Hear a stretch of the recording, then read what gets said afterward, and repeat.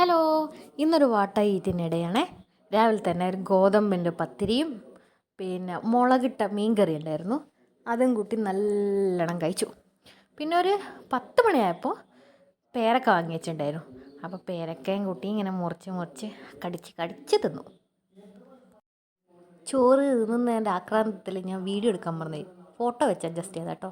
എന്തൊക്കെയുണ്ട് നിങ്ങൾ എന്നെ നോക്കിയാൽ മതി കേട്ടോ.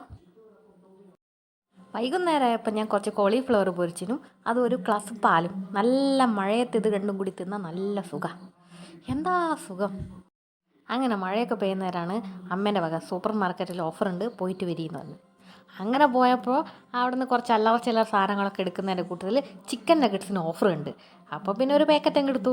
പിന്നെ ചിക്കൻ നഗറ്റ്സ് മാത്രം മതിയോ എന്ന് വെച്ചിട്ട് പുറത്ത് കഫേയിൽ നിന്ന് ഒരു ബർഗറും വാങ്ങി. ബർഗർ വലിയൊരു സുഖമില്ല, എന്നാൽ ചിക്കൻ നഗറ്റ്സ് ഇവിടെ കൊണ്ടുവന്ന് പൊരിച്ച് നല്ല അടിപൊളിയാക്കി സെറ്റാക്കി. നല്ല ടേസ്റ്റ് ഉണ്ട്. ചിക്കൻ നഗറ്റ്സ് എനിക്ക് ഇഷ്ടപ്പെട്ടു കേട്ടോ. നല്ല ടേസ്റ്റ് ഉണ്ടായിരുന്നു. നല്ല ക്വാളിറ്റി സാധനമായിരുന്നു കേട്ടോ. എന്ത് സുഖമാ. അങ്ങനെ ചിക്കൻ നഗറ്റ്സൊക്കെ തിന്ന് കഴിഞ്ഞേരെ ഏകദേശം വയറ് ഫുള്ളായി.